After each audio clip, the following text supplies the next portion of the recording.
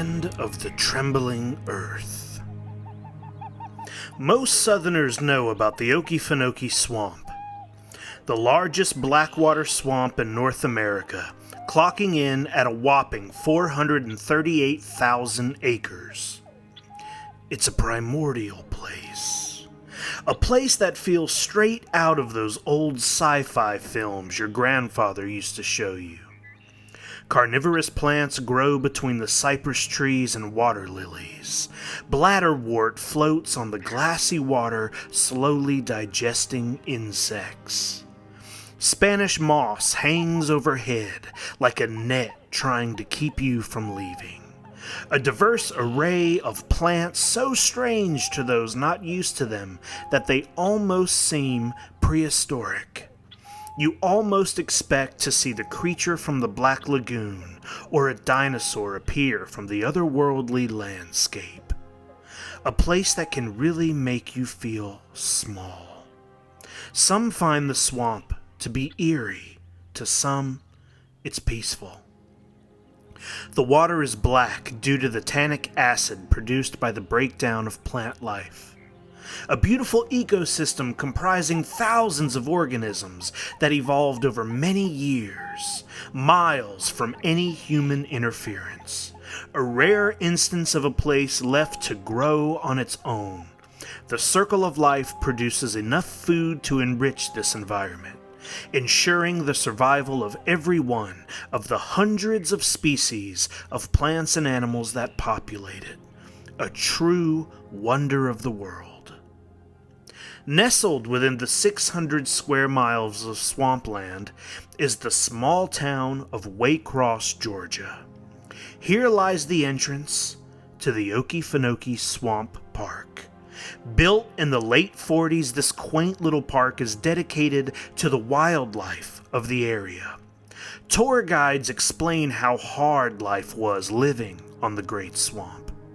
A place where they still give the same boat tour speech they've been giving for 30 years. There's something comforting about that. You'll learn all about the settlers' moonshine operations and the soap bush. It's a charming place and an important part of South Georgia's history. One of the things it's known for is the fact that alligators are free to roam. They come and go as they please. You get out of your car, and there they are, in the parking lot, on the sidewalks, wherever they want to be. Since the park opened in 1946, there has never been an accident or an alligator attack. The reason for this is that alligators don't really care about humans. They aren't the mindless killing machines their reputation makes them out to be.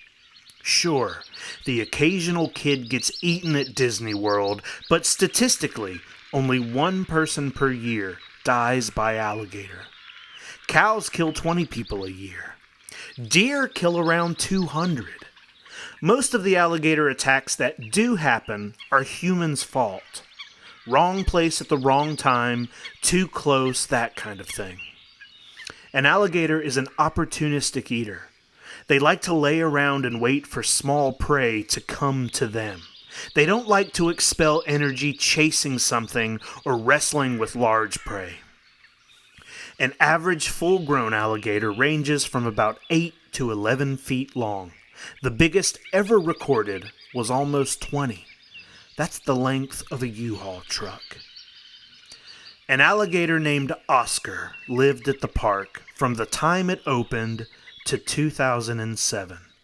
He was over 13 feet long and weighed over 1,000 pounds. His home was right outside the entrance of the visitor center, and all that time he was never a nuisance. He remained unaggressive until the day he died. His skeleton now rests inside the visitor center, welcoming everyone into the park. In 2003, some researchers tested the bite force of a 12.5-foot American alligator. The specimen lived at the St. Augustine Alligator Farm. They measured it at almost 3,000 pounds per square inch. That's enough to bite through steel. But most animals want to be just left alone and will do the same as long as you're not getting too close. Most. Catch an 11-foot reptile on the wrong day. See what happens. Get caught too close to a nest. Good luck. Unfortunately, hunting alligators is legal in the state of Georgia if you have a permit, but not in the Okefenokee Swamp. But poachers don't care for hunting laws. They kill the animals, cut their tails off, skin them, and dump the bodies back in the swamp. Sometimes they keep the hands and heads of the smaller ones to sell to those seedy gas stations. It's not uncommon to find a headless, tailless body lying on the side of the road somewhere. Bloom and Verrill are two such poachers. They've been coming into the swamp for years.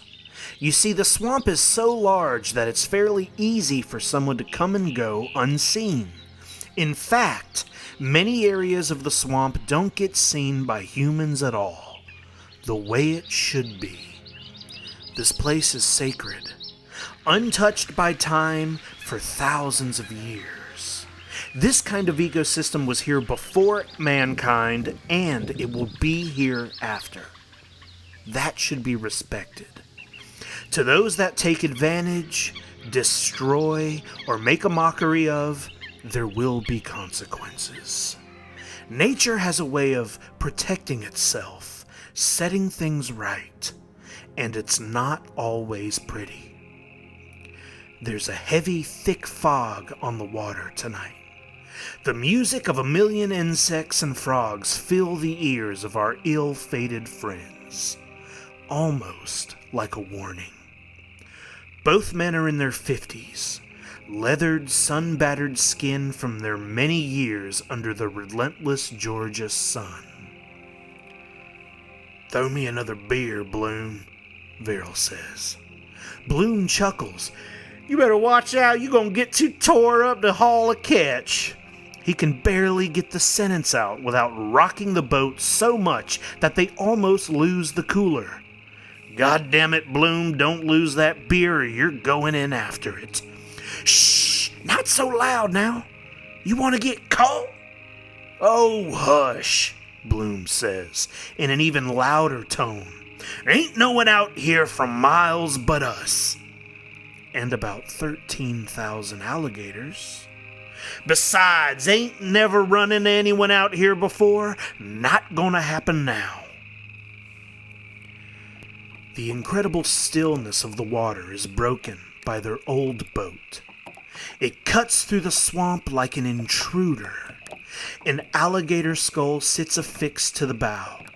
It's a small boat, just big enough for the two men, a cooler of beer, and all their implements of death, with enough rope and hooks to tie a few bodies to the boat to haul them back to the comfort of solid ground.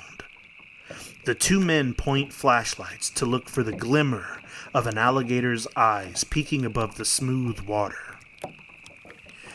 The eyes seem to glow due to an adaptation of a lining in the eye that reflects light. It helps the animals to see in the darkness. Surprisingly to Bloom and Verrill, they haven't seen a single alligator so far. Unusual, as alligators are very active at night. Though they can't put their fingers on it and definitely don't dare to speak the feeling aloud, both men feel something is off tonight. There's a strange tingling at the back of their necks. What is usually a good time has become something different, something spooky. Both men have the undeniable feeling that something is watching, judging. They ignore the feeling and keep looking for tonight's big score. It won't be long before they find it. "Goddamn bugs are out something fierce tonight," Bloom says as he scans around the bank. Without warning, the boat begins to rock. Something is moving underneath. The force of the movement suggests something big. The men look at each other in shock and immediately start scanning the area. Verrill smirks a little. "Finally, some fun," he says. About 20 feet from the boat, the light catches the tail, back, and head of the biggest reptile they have ever seen. It's so big that it doesn't even register as a living thing at first. "Jesus Christ, I thought it was a log," Bloom says under his breath. "It must be 20 feet. "Bigger," Verrill says, with a stupid grin on his face. Bloom looks at the enormous animal in awe and fear. "Come on now, let's leave it alone. It's too big." Verrill's overconfidence shines. "Not for us." Stunned by the size of the animal, they quickly start to work. Rope, hooks, and shotgun at the ready. By the time they look back up, all they see are ripples of water where the creature swam. A look of frustration settles on Verrill's face. Relief on Bloom's. Relief found too soon. The boat rocks again, more violently this time. A sound almost like thunder as something makes contact with the boat. Verrill grabs the shotgun and fires blindly into the water. Bloom frantically jabs at it with a paddle, connecting with the animal's back only once. The back of an alligator is covered with plates called osteoderms, a built-in armor made of bone. Nature has provided this creature a means of protection, and it doesn't even feel the force of the paddle. The alligator breaches, like a great whale breaching the ocean. Time seems to stop as both men look on in amazement. The magnificence of the creature's size and power strikes a deep, primal fear through their bodies. Its head lunges toward Verrill so fast that his instincts take over and he jumps back, falling right over the boat and into the void of the swamp. Silence. Bloom stands in the middle of the boat clutching the paddle, eyes darting back and forth in panic. The silence is broken with a splash, and Bloom readies himself to fight for his life. He turns toward the commotion and raises the paddle above his head. A guttural, terrifying scream begins to escape from his mouth when he realizes it's only Verrill. He drops the paddle and reaches out to help the man back on the boat when they are hit from below. The boat splinters like a child's toy. Bloom, who was hanging over the side reaching for his friend, instantly falls over. All of their tools sink away into the dark. The alligator skull that was affixed to the front of the boat breaks free and gently sinks to the bottom. Return to the swamp, a trophy no more. Both men are now in the water, seeing the swamp from a whole new perspective. It's like a black hole. Who knows what's on the other side? A mere matter of feet, inches of a difference in occupied space feels so alien, so dangerous. The men look at each other in desperation. They share a sobering realization of how fragile life truly is. All of the confidence and arrogance has faded away. All that is left is fear. The thing that they have only seen as a payday, a sport, a meal, now changes in their eyes. This is a living thing, capable of thought and feeling, pain and fear, maybe even revenge. Suddenly, Bloom feels a set of jaws close around his leg. He's pulled under. He swallows a few mouthfuls of the South Georgia sweet tea. As he's drowning, he thinks to himself, this is actually a preferable way to go out, considering the alternative. He wouldn't be so lucky. Alligators have blunt teeth made for gripping. The only way to escape from its jaws is if it decides to let you go. The teeth puncture his leg effortlessly. They sail through the flesh like a warm knife through a loaf of bread. The human body seems so fragile in the face of such a creature. Then the animal performs its signature move, the death roll. With its victim firmly in its jaws, it spins in rapid succession. They do this to rip their prey into smaller, more manageable pieces, easier to swallow. Bloom doesn't know what will kill him first, being pulled apart or drowning. And without warning, he's free. Oh my God, it let me go, he thinks.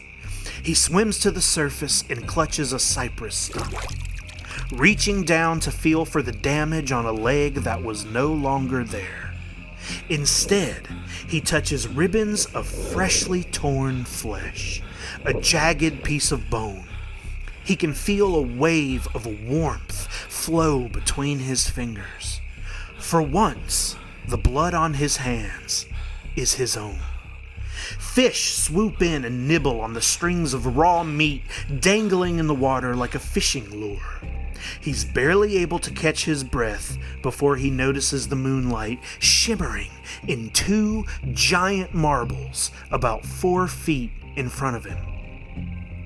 By the time he realizes what he's looking at, it's on top of him with the force of a freight train. Grasping either side of his head with its jaws, it pulls him back into the dark water. Feeling immense pressure, he opens his eyes. All he can see is the fleshy palate of the inside of the alligator's mouth. Joseph Bloom has suffered from headaches his entire life. Migraines, the kind that make you sensitive to light. He always said it felt like your head was in a vice. He never thought he'd feel that sensation literally, but somehow worse. He notices he is no longer seeing into the alligator's mouth. Rather, he is no longer seeing only into the alligator's mouth. He sees the moonlight dancing on the surface of the water, fish frantically darting in and out of sight. His right eye is no longer in his head. The slow intensifying of pressure has caused it to pop right out of its socket. It bobs in the water just outside the jaws, still connected by the optic nerve. His brain doesn't have time to make sense of seeing two images at the same time. Remember the bite force of the 12-foot animal? Well, this one's bigger. 5 seconds later, the jaws of the alligator snap completely shut with a thud. Bloom's head explodes in a puff of blood and skull fragments. 54 years of memories and experience held within the human brain now rested in the mouth of an alligator at the bottom of a swamp. Meanwhile, Verrill is desperately swimming toward land with one goal in mind: getting out of the water. His foot comes down on a sharp branch, slicing right through his boot and into the hardened flesh of his foot. He's flailing like a madman, like a wild animal, like food. Finally, in a moment that feels like a triumph to him, he touches solid ground. He crawls out of the water onto a large grassy mound in the middle of an area that looks to have been cleared away. It's musty, warm. He takes one step and hears a cracking beneath his foot. He instantly realizes what he's done. This is a nest. It's her nest. The survival rate for a clutch of alligators is 2 to 6%, and he's just contributed to that statistic. For all he knows, it's not the first time he's done so. He's been coming out here for years, casually causing havoc in this beautiful place. He couldn't tell you the number of alligators he's killed out here. And for the first time in his poor life, he actually thinks about all the lives he's ended. It has taken his own life, being in danger, to understand the amount of pain and death that's been brought by his own hands. He hears a sound he's heard before, but this time takes him to his knees. The deep hiss of the female reverberates through his body.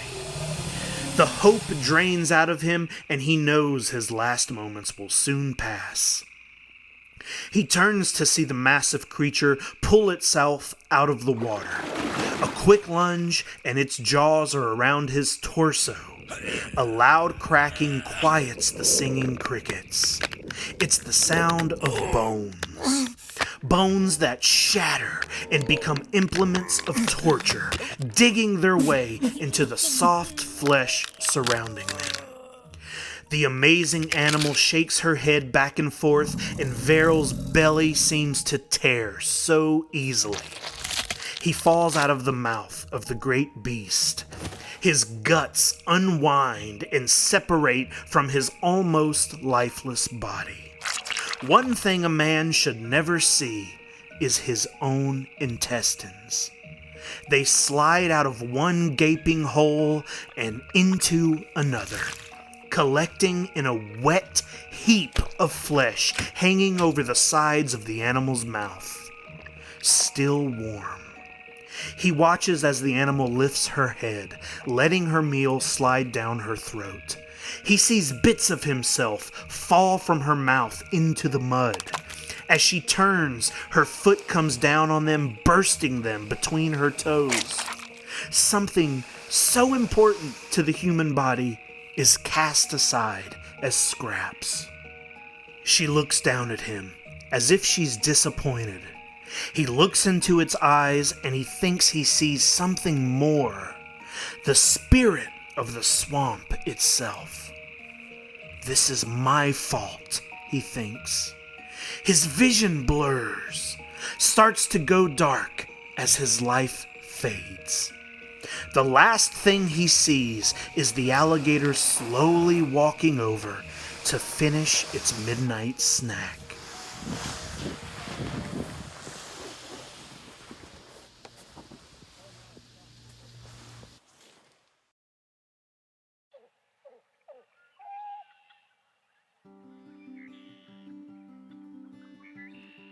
The inhabitants of the swamp work together to hide the evidence. Insects feed on the spilled blood. Fish and turtles nibble on bits of flesh that escaped the great protector of the swamp. Bones picked clean. An eyeball floats gently in the quiet water, peering straight up. If it could still see, it would be witnessing a beautiful red sunrise, filling the sky with color and awakening the sounds of wildlife over all 400,000 acres of swampland. A catfish cautiously swims up to the eye, inspecting it before gulping it down. What's left of the bodies, and there isn't much, decompose into the soil. Even the plants benefit. Becoming nutrients for an entire ecosystem might be the best thing the poachers ever did. Some kind of form of sadistic redemption. Very soon, a clutch of eggs will begin to hatch. Around 30 or so new lives will look upon the swamp as their home. Not all will survive, but such is life. The ones that do will stay with their mother for the first few years, growing and learning as much as they can before going out on their own to start the cycle all over again. Not far from the nest, the female alligator rests at the bottom of the Okefenokee Swamp, in peace, her belly full.